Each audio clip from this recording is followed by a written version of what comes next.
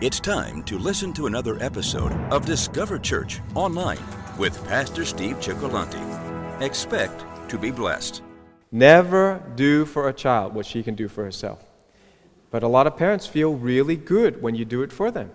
You feel good making the bed for them.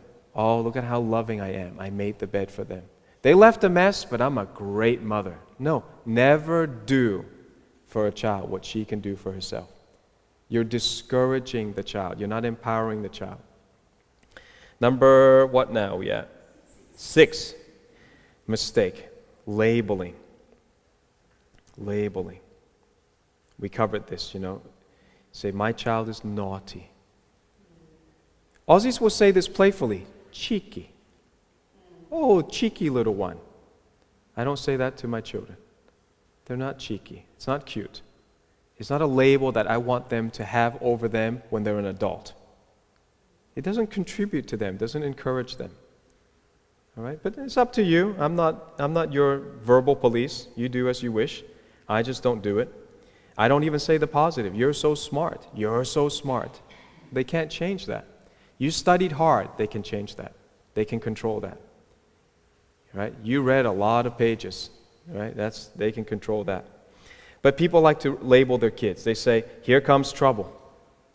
Here comes trouble. Imagine growing up and hearing, you're the child that's labeled, here comes trouble. You're raising a criminal. You're raising a future criminal. Oh, here's the black sheep of the family.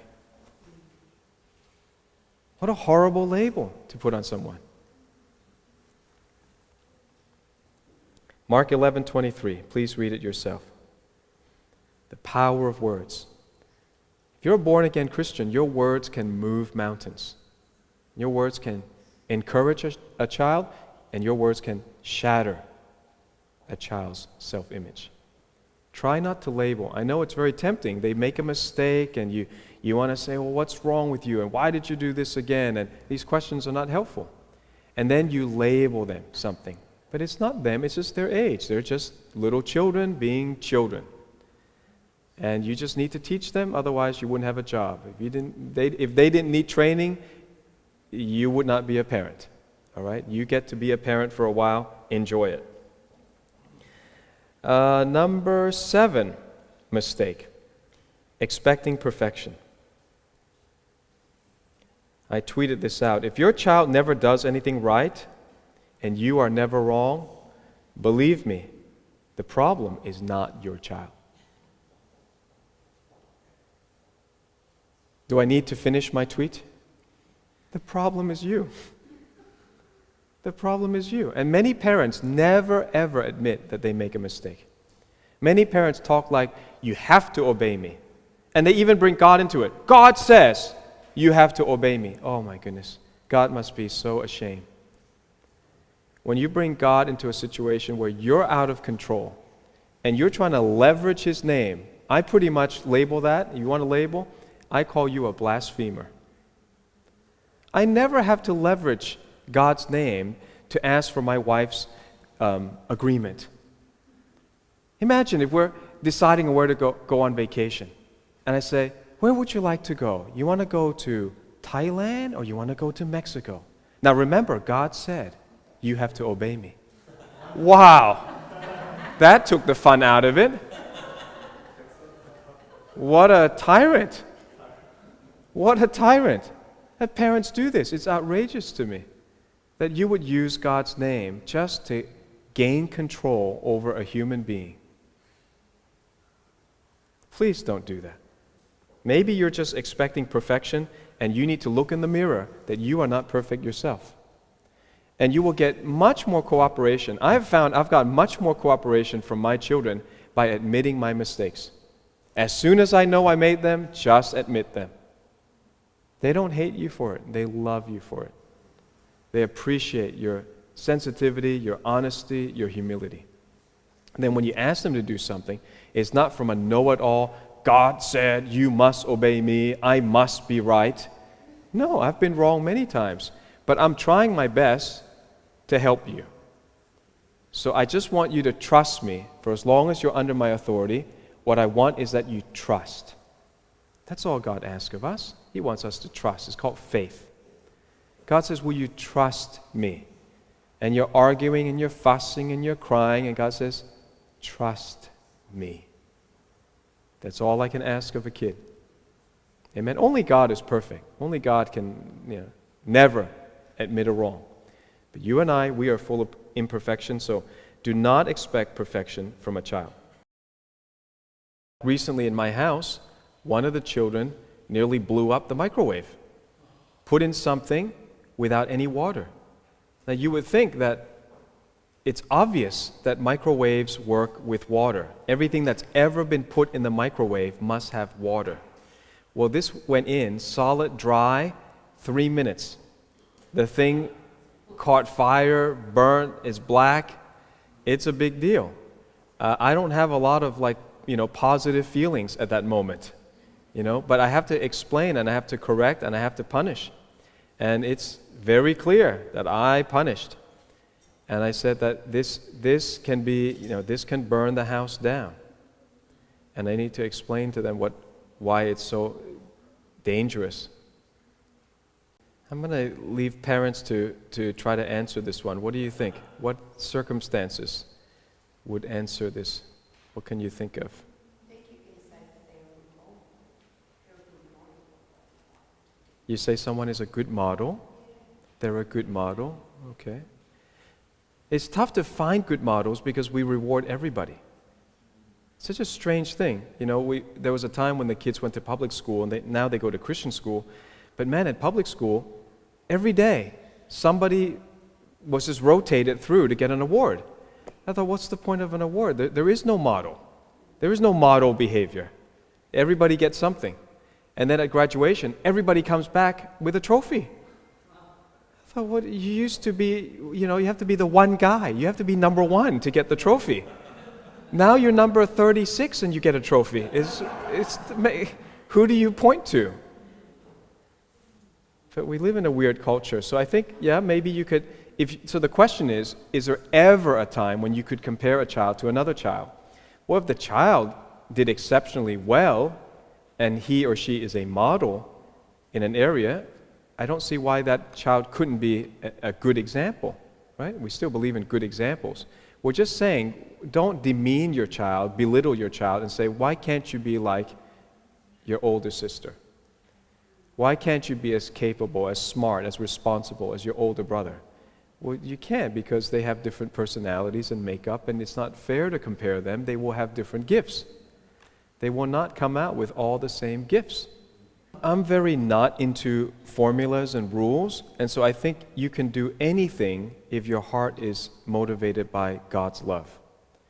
You can do anything. You can violate most of the popular psychology theories as long as you're motivated by love. So it sounds loving to me. It sounds like your heart is motivated by love. So I would say, as long as it's love, it's okay. But God's love, not the selfish kind of love, not the love that it makes me feel good to do everything for them. That's discouraging. If you do everything for a child, it's discouraging. It speaks every day that you don't trust them, they're not responsible, they're not capable, they're not competent, they're not a contribution, they have nothing to give. They just can't do anything. That's what you're raising. You're raising a child who will be so afraid to do anything. So people call that love as well, because they say, see, I love my child so much. No, you ruined your child. So that's the world kind of love. I'm talking about God's love, where the interest is really not about your feeling, but about the future of that child. If you're thinking about that, I think it's okay. And you should hear what Shu just said there. It's very important, because some examples, she said, are too far out, too hard, too difficult. Like if you pit an adult, an accomplished adult, with a child learning something, it's too hard to emulate that. So we think of marathon running.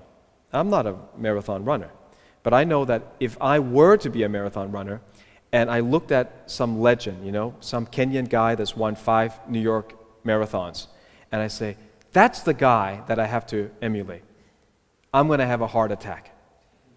On my first run, I will drop dead. There's no way I can do that.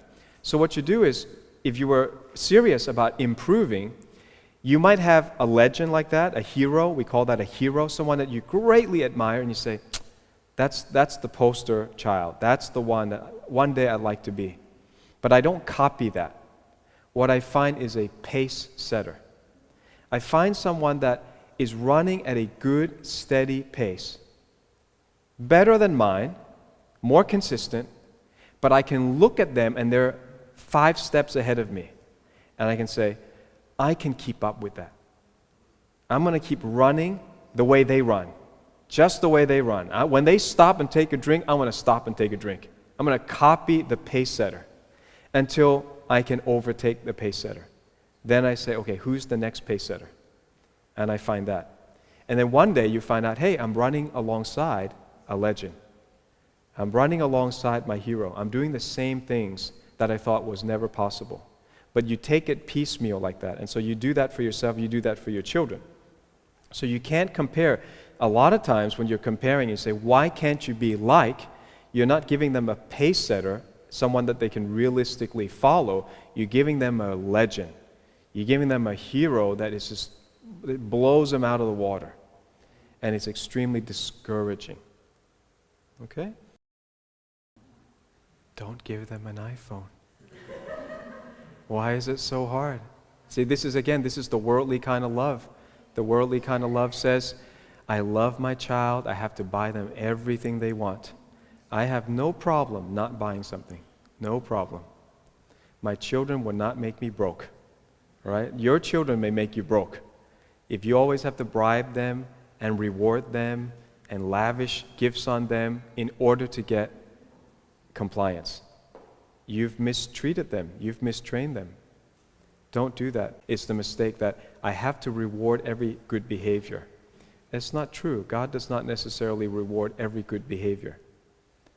All right? Because good behavior is expected of you. Right? If I go and pick up grocery for the family, I don't expect, wow, you went to the grocery store and you bought something. There's no wow, there's no thank, there's nothing, because it's expected. I belong in this family and I contribute to this family, and that's good enough. Right? And if I get an A or A+, that in itself is a child's reward. And if you go and ruin it by saying, well, now you deserve that Nintendo, now you deserve this iPad, you've mistrained them. You've made an activity that should have been enjoyable and self-rewarding has become nothing but a means to a materialistic end. It itself has no reward anymore. Right? So I've never once gotten a gift for getting A+. I was a straight A student. Never once. I didn't get praise, I didn't get pressure. I'm in a strange home. Never got the pressure and never got the praise. I just had to decide on my own all my life. I always decided, should I study or not study?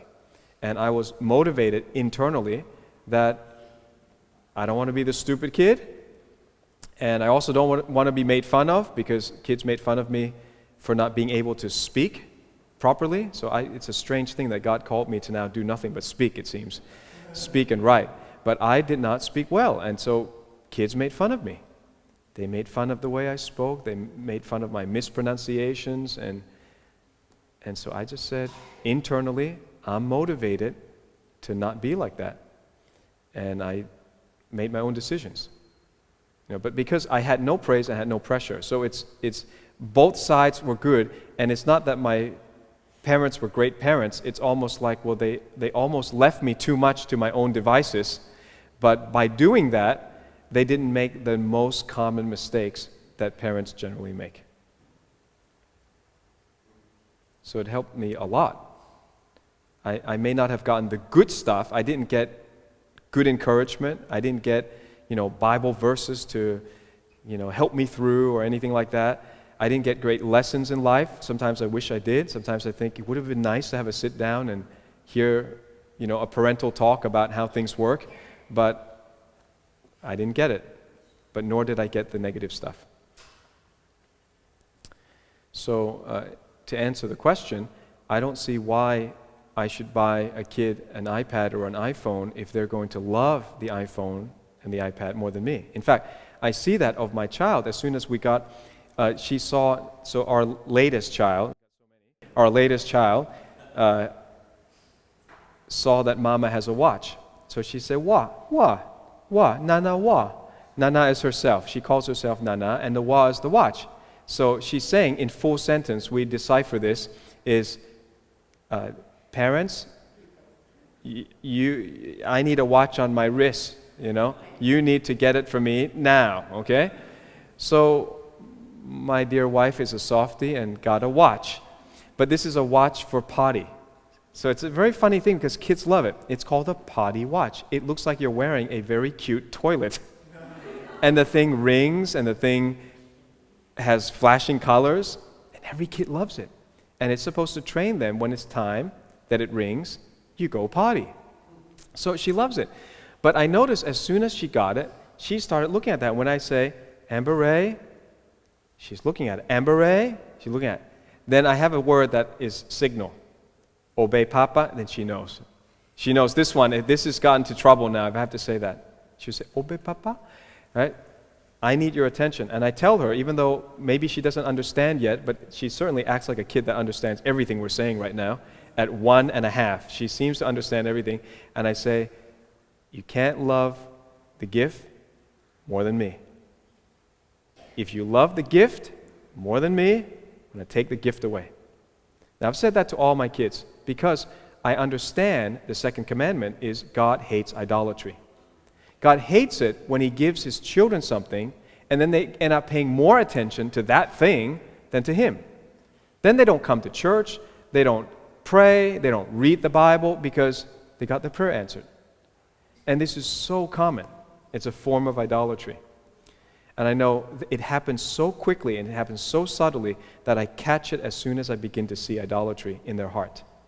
Their heart has drifted away from their Papa towards the things that Papa bought. So I catch it now. I don't know if they fully understand, but it's like God says, thou shalt not worship idols. Thou shalt not make idols. I guess most of the 7 billion people in the world don't understand, but He says it anyway. So I'm just going to do it like God. I don't have a better way. So I say that and I say that. And generally it ends up becoming funny by the time that they're pretty grown up. And certainly as a teenager, they will know if I say something like that, it's just funny, but it's a real serious way of me indicating the funds are not going to flow, the money's not going to come, and I'm not going to buy anything else if I see that attitude. Now, I never take it away. I don't take it away. I see a lot of parents do that. That's a huge mistake. Because when you give something to someone and you take it away, you're the thief. And then when you say, well, whose money is it? It's my money that bought it. You violated every principle of God's sense of economy, ownership, sense of privacy. That's another human being. You don't have a right to say, I bought it, so therefore I can take it away. Imagine if everybody who bought you anything in life, imagine everything you have that was bought by somebody else, if they just come and say, I'm going to take it away. It's a true violation, but surprisingly, supposedly Christian parents, do this. And you don't have a right to do that. That's not a good form of punishment. Stealing is not a good form of disciplining your child. So all I can say is, if you love the thing so much, maybe you can have what you want. Then you have it your way. You get what you want. But I'm not getting what I want. I want family time. I want your full attention. So from now on, life is going to go your way, not my way. See, my way includes, in their mind, unlimited funds, unlimited access to many resources, and that's my way. I let these funds go because I love you and because I'm getting something that I want. And if I don't get what I want, it's your way now. It's your way. Now, my kids understand that. I'm not putting pressure. I'm not punishing. I'm not going to take something away. But you're in your own world right now. You're living by your own rules right now. And I think God does that to us, even when we're Christian. If we say, well, I'm just not going to obey God. I'm just not going to tithe. I'm just not going to show up to church. I'm just not going to serve. See what happens. God says, you're on your own for a while. And when you get clobbered by the devil, and when the enemies of life rise up that God has been actually holding away supernaturally, when they start rising up, strange things happen to you. Bizarre events happen to you, and that should be a signal. When a series of bizarre things happen to you, you should know that God's protective hand has been removed. You better get back into His will. So He's not punishing you, He's just saying, you get to taste your own medicine for a while. You like it this way, it's going your way for a while. When you're ready for my way, come back. And His way is very clear, very simple stuff. Right? You make money, give 10% away. You got 7 days a week, give 1 to Him. I mean, these are all very simple stuff. It's all spelled out. Live it His way or live it your way.